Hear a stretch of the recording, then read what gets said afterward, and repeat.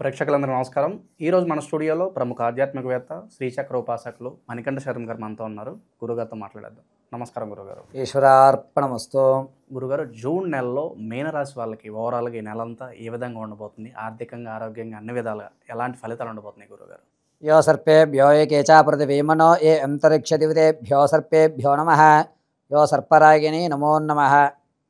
మీనరాశి వారికి జూన్ నెల వ్యవస్థ దగ్గరికి వచ్చేసరికి పూర్వభాద్ర 4వ పాదము, అదేవిధంగా ఉత్తరాభాద్ర 4 పాదాలు, రేవతి నక్షత్ర 4 పాదాల వారు కూడా మీనరాశిలోకి ఇచ్చేస్తారు. వాస్తవానికి మీనరాశి వారంటేనే కాస్త కన్ఫ్యూజన్లో తన అనుకున్నటువంటి విధానానికి ఎటు పడితే అటు అవకాశంతో వెళ్తూ ఉంటారు. అంటే నీరు పల్లానికి వెళుతున్నప్పుడు అటు ఇటుగా వెళ్తున్నట్టుగా.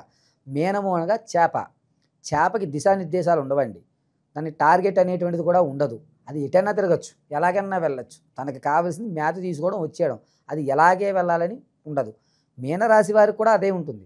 అయితే ఈ జూన్ నెల దగ్గరికి వచ్చేసరికి ఏమవుతుందంటే, మీనరాశి వారి యొక్క స్థితి అనుసారంలో గ్రహాలు అనేటువంటివి మూల త్రికోణ వ్యవస్థలు ఎక్కువగా చూస్తుంటాయి. గురుడు కానీ చంద్రుడు కానీ కాస్త ఇబ్బందిదాయకంగా చూడటం వల్ల మీనరాశిలో ఉన్నటువంటి వారు, ఆడవారు కానీ మగవారు కానీ ఆరోగ్యపరంగా కాస్త జాగ్రత్త వహించాలి. ఇక విద్యార్థులు, అదేవిధంగా ప్రమోషన్ కోసం చూస్తున్నటువంటి వారు జూన్ 9వ తారీఖు తర్వాత నుంచి వీరికి మంచి అవకాశాలు కనబడేటువంటి సూచనలు కనబడుతున్నాయి. ఇక వ్యాపారం కానీ రైతులు కానీ వీరికి రెండోసారి అంటే 15వ తారీఖు తర్వాత నుంచి కూడా ఆశాజనకమైనటువంటి వాతావరణం ఏర్పడుతుంది.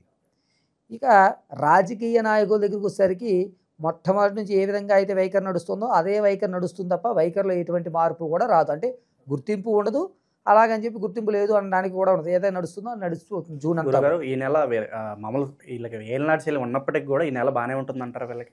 జూన్ అయితే ఎవరికి ఇబ్బంది లేకుండా అలా నడుస్తూనే ఉంటుంది సార్. ఇక ఈ విషయానికి వచ్చేసరికి ఏమవుతుందంటే, సినీ రంగం కానీ, ఈ సాంగీతిక కార్యక్రమాలు, సాంస్కృతిక కార్యక్రమాలు చేసేటువంటి వారు ఉంటారు సార్, వీరికి కొంచెం ఇబ్బంది కలుగజేస్తూ ఉంటాడు ఆయన. ఎందుకంటే రోత అనేటువంటి వ్యవస్థ నడుస్తుంది వానికి. కాబట్టి ఈ మీనరాశిలో ఉన్నటువంటి వారు ఎవరన్నా సరే నీలాంజన సమాభాసం రవిపుత్రం యమాగ్రజం ఛాయా మార్తాండ సంభూతం తం నమామి శనీశ్వరం అనే మంత్రాన్ని 11 పర్యాయాలు చదువుకుంటూ ప్రతినిత్యము, అంటే జూన్ అంతా కూడా ప్రతినిత్యము నవగ్రహ ప్రదక్షిణ చేసుకుని శనీశ్వరుడు యొద్ద కాస్త నల్ల నువ్వులు ఉంచి నమస్కారం చేసుకుని కాళ్ళు కడుక్కుని శివాలయ దర్శనం చేసుకోవడం మంచిది. దీనివల్ల ఏంటంటే వాళ్ళకి కీడు జరగకుండా వారి యొక్క స్థితి అలా నడుచుకోవడానికి అవకాశం ఉంటుంది. కొత్తగా విదేశాలు వెళ్దాం అనుకుని కానీ, లేదా వ్యాపారం ప్రారంభం చేద్దాం అనుకున్న వారు కానీ, రియల్ ఎస్టేట్లో పెడదాం అనుకున్నా కానీ, లేదా స్టాక్ మార్కెట్లో వ్యవస్థలో పెడదాం అనుకున్న వారు కానీ జూన్ మాత్రం పెట్టకండి మీనరాశి వారు. వీటిలో పెడితే ఏమవుతుందంటే, మీరు పెట్టిన పెట్టుబడి దిగేటువంటి అవకాశం, రూపాయి పెట్టిన పెట్టుబడి 75 పైసలకు దిగిపోయేటువంటి అవకాశం కనబడి, అబ్బా అనవసరంగా పెట్టానని తలబాదుకోవడం తప్ప ఇంకొకటి ఉండదు. సంతానం విషయంలో, అలాగే వివాహం జరగనేటువంటి వారికి కూడా ఈ జూన్లో కొంచెం ఆశాజనకాలు ఏర్పడతాయి. ఇక గర్భిణీ స్త్రీలు ఎవరైతే ఉన్నారో వారికి సుఖప్రసవం జరిగేటువంటి అవకాశం బాగుంది.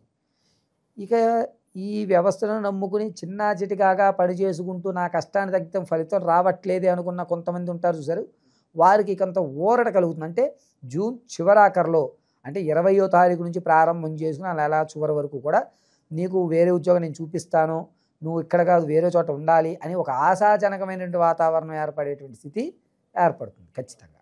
ఇది మీనరాశి వారికి జూన్ నెలలో జరిగేటువంటిది. ఇక ఆరోగ్య పరిస్థితి ఎలా ఉండబోతుంది గురుగారు వీళ్ళకి? ఆరోగ్యంలో కాస్త చికాకు అనేటువంటిది ఏర్పడుతుంది, కానీ దాన్ని అంత కన్సిడర్ చేయవలసిన అవసరం అయితే ఉండదు. ఓకే, జూన్ అంతా కూడా కొంచెం పర్వాలేదు. ఓకే. ఈ కోర్టు కేసులు, పోలీస్ స్టేషన్ల చుట్టూ తిరిగే వాళ్ళకి ఏదైనా ఉపశమనం లభిస్తుంది? అలాగే ఉంటుంది. చివరిలోనే జూన్ నెలాఖరులో మాత్రమే వారికి దారి కనబడుతుంది, అంతే, పూర్తి కాదు. సో ఎవరన్నా ఈ నెల వ్యాపారాల్లో పెట్టుబడులు పెట్టాలనుకుంటే ఏ రంగాల్లో వచ్చేస్తారు గురుగారు? ఈ నెలలో ఎటువంటి విధంగానూ రూపాయి పెడితే 75 పైసలకే, పావల పైన వెళ్ళిపోయినట్టే. ఆశ వదులుకుని దిగితే దిగండి. జూన్ నెలలో ఎట్టి పరిస్థితుల్లోనూ వ్యాపారానికి శ్రీకారం వద్దు. ఇక నిరుద్యోగుల పరిస్థితి ఏంటి గురుగారు? నిరుద్యోగులు కూడా అంతే. ఈ నెల అయితే మాత్రం చక్కగా కాలం గడుపుకోవడమే. జూలై తర్వాత నుంచి కూడా వీళ్ళకి మంచి అవకాశాలు ఏర్పడతాయి. ఈ జూన్ నెలలో అంత వ్యవస్థ నడవదు. ఓకే. ఇక విద్యార్థుల పరిస్థితి ఏంటి గురుగారు? విద్యార్థులు అనుకూలమైన ఫలితాలు సాధించుకుంటున్నారు, మిశ్రమంగా అలా నడిచిపోతుంది.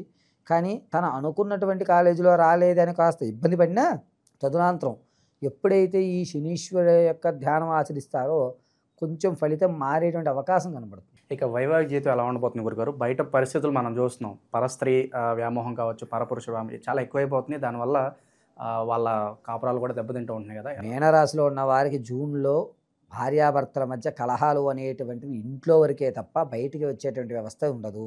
ఇంట్లో చిన్న చిక్కుగా దాంపతుల మధ్య ఎప్పుడు ఉండేటువంటి కీచురాటే తప్ప మరీ పెద్దదయ్యేటువంటి ఏ గొడవ జరగదు. ఆరోగ్యపరంగా కూడా చిక్కాకులు చిరాకు తప్ప సర్జరీ చేయించుకునేటువంటి వ్యవస్థ అయితే జరగదు. ఏదో మొక్కుబడిగా వెళ్తోంది అంటే వెళ్తోంది అన్నట్టుగా నానుని నడిపిస్తుంది. అందుకోసమే ఖచ్చితంగా శనీశ్వర ఆరాధన చేసుకోండి, మంచి ఫలితాలు అనేవి ఏర్పడతాయి. ఇక దూర ప్రయాణాలు చేసే వాళ్ళకి ఏదన్నా సూచన ఉందా గురుగారు? దూర ప్రయాణము చేసేవాళ్ళంటే తాము నమ్ముకున్నటువంటి దైవానికి నమస్కారం చేసుకుని ప్రయాణం చేయండి. మీనరాశి అనేది ఏ రాశి వారన్నా సరే ప్రయాణాల్లో దుర్ముహూర్తము, వజ్యము, యమగండాలు లేకుండా ప్రయాణం చేయండి అంతే. ఓకే. ఈ 3 కాకుండా ప్రయాణం చేయగలిగితే మంచిది. ప్రస్తుతం ఉన్న గ్రహస్థితి బట్టి గురుగారు వీళ్ళకి ఎలాంటి రెమెడీస్ చేసుకుంటే బాగుంటుందంటారు వీళ్ళు? మీనరాశి వారు ఉన్నంతలో పరమశివ దర్శనము అంటే కొత్త శివాలయ దర్శనాలు లేదా నవగ్రహ ప్రదక్షిణలు, ఇవి 2 చాలా శ్రేష్టంగా వారికి ఉపయోగపడేటువంటి వ్యవస్థలు. ఇవి 2 చేస్తే సరిపోతుంది. మీనరాశి వారు జూన్ నెలలో చాలా జాగ్రత్తగా ఉండవలసిన విషయం ఏంటంటే ఎదుటివాడిని గుడ్డిగా నమ్మకండి. మనవాడే, మన ఆప్తుడే, మన బంధువే అని మాత్రం నమ్మడానికి జూన్ నెలలో లేదు. తీయటి మాటలు చెప్పేవాళ్ళు తేనెపట్టు చుట్టూ తిరుగుతున్నట్టుగా జూన్ నెలలో మీ చుట్టూ తిరుగుతారు. వారిని నమ్మారా మీ గొయ్యి మీరు తీసుకున్నట్టే. జూన్లో మీరు ఎవరిని నమ్మడానికి వీలేదు. మీరు అందరినీ నమ్ముతున్నట్టుగా తామరాకు మీద నీటి బిందువులా ఉండండి. జూలైలో దానికి ఏమన్నా ఉంటే నెక్స్ట్ ఎపిసోడ్లో మనం దాన్ని ఒకసారి పరిశీలించుకుని గహనాలు, ప్రమద గణాలు లెక్కలో వ్యవస్థలో కట్టి అప్పుడు చూద్దాం. ఓవరాల్గా జూన్ మాసంలో మీనరాశి వాళ్ళందరికీ కూడా ఏ విధంగా ఉండిపోతుంది, ఎలాంటి జాగ్రత్తలు తీసుకోవాలి, చాలా బాగా వివరించారు గురుగారు. ధన్యవాదాలు గురుగారు. పరమేశ్వర అర్పణం.